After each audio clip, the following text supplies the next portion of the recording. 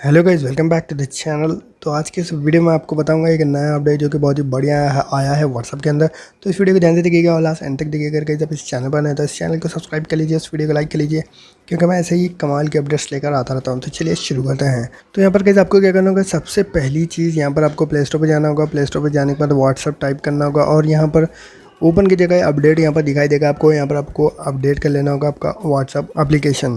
तो यहाँ पर गाइस अपडेट करने के बाद आपको इसे ओपन कर लेना है। तो ओपन करने के बाद यहाँ पर आपको बताऊंगा नया अपडेट क्या है। तो यहाँ पर गाइस जैसे ही आप जाएंगे यहाँ पर कौन से भी अपने चैटिंग में, और यहाँ पर जो भी वीडियो यहाँ पर अगर आप भेजेंगे गैलरी में से, अगर गाइस आप कौन सा भी यहाँ पर वीडियो भेजते हैं तो यहाँ पर गाइस आप ऊपर देख सकते हैं, यहाँ स्पीकर का निशान देख सकते हैं। तो जैसे ही आप इसके ऊपर क्लिक करेंगे तो यहाँ पर जो वीडियो है ये म्यूट हो जाएगा।